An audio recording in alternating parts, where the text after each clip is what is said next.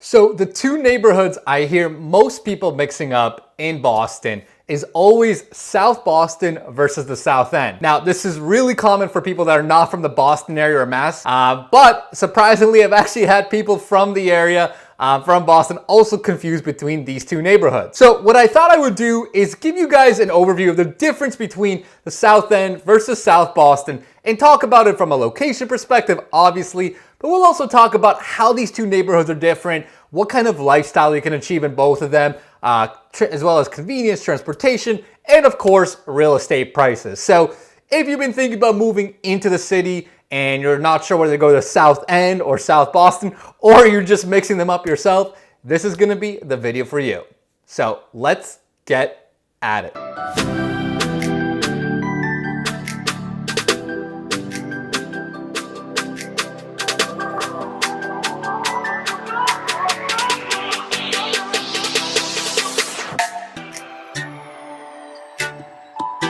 What's going on, guys? My name's Lior and I'm a realtor with Compass out of Boston. And as I said, I'm excited to make this video for you guys, going over the differences between South End versus South Boston. Now try saying that 5 times fast. It's hard. Now, before we get into it though, 2 quick things. Number 1, guys, if this is your first time on my channel, first of all, welcome. Second of all, make sure you smash that subscribe button for me. Put out tons of new videos every single week talking about lifestyle in the greater Boston area, overviews of neighborhoods, and of course, real estate and trends. So if that's something you're looking for, make sure you subscribe to my channel. And number 2, if you guys are thinking about making any move within the greater Boston area with real estate, whether it's buying, selling, investing, whatever it is, I get so many calls from you guys watching my videos, and I absolutely love it. So if you've been thinking about doing anything, hit me up on phone, text, email, Instagram, whatever pleases you, and I will definitely help you out. So let's get right into the meat and potatoes of the video. So first of all, the reason why most people confuse South End and South Boston is they sound pretty similar, right? South End and South Boston. And to make matters worse, from a location perspective, they are literally right next to each other. You can hop in from Southie, which is South Boston, into the South End, literally just hop over the bridge and you're there. I live in South Boston and I can get into the South End within like 3 minutes, right? So obviously it's confusing from a name perspective and of course from a location perspective because they're right next to each other. Now, in terms of demographics, they actually do somewhat cater to a similar demographic trend, I would say. Both have a very healthy mix of younger professionals that live in the city, as well as younger families, plus older retirees. Typically you see, people that maybe have lived in the burbs for a long time, raised their kids, the kids are out of school, then they move back into the city. Both South Boston and South End have certainly been a destination for that.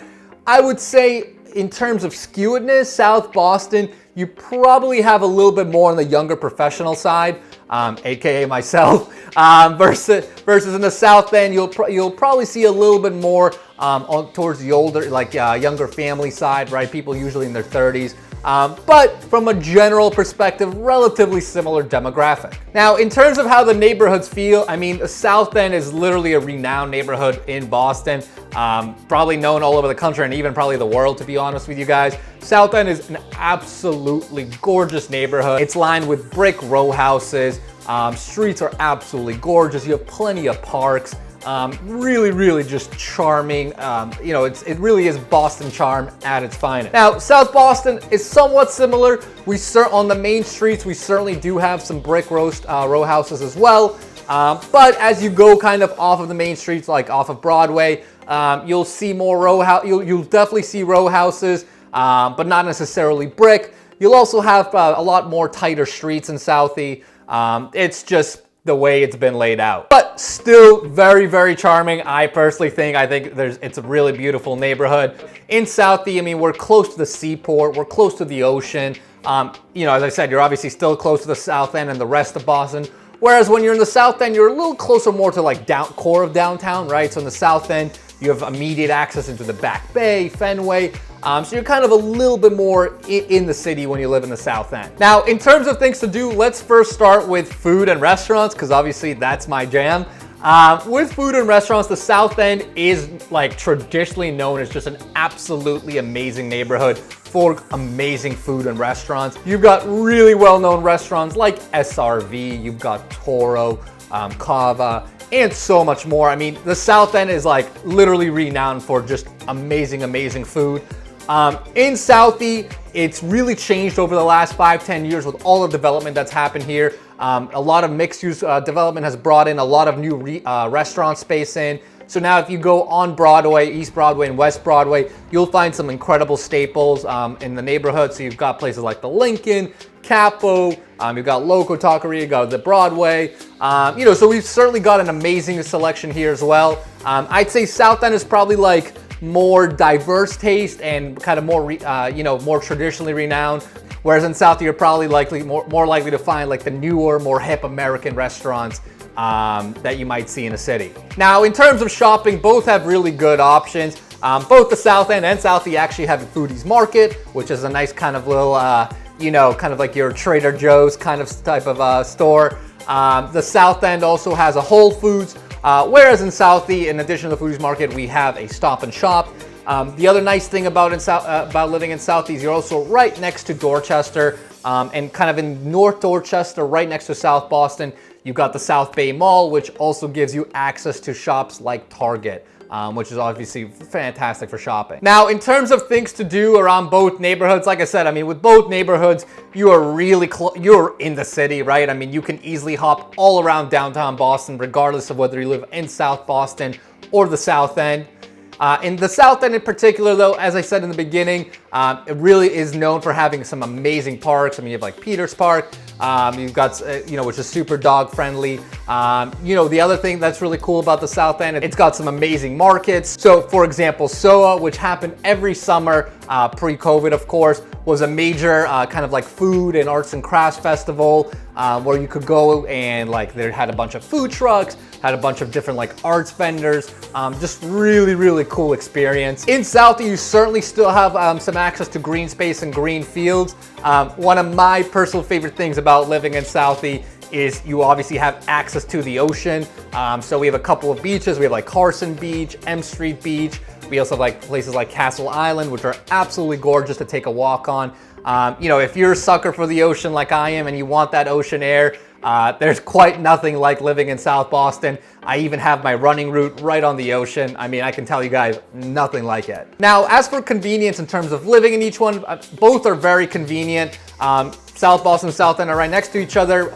If you live in either neighborhood, you have super easy access to both the Mass Pike as well as 95 North. So if you need to go west or if you need to go north and south, very, very achievable. The nice thing about living in South Boston is you do have directly in South Boston 2 T-stops. You do have the Red Line going through it, so you have Andrew Square as well as Broadway T-stop. You can hop right on those and go, into Dorchester if you need to go south, or if you need to go into the core city, again, very easily to hop on there.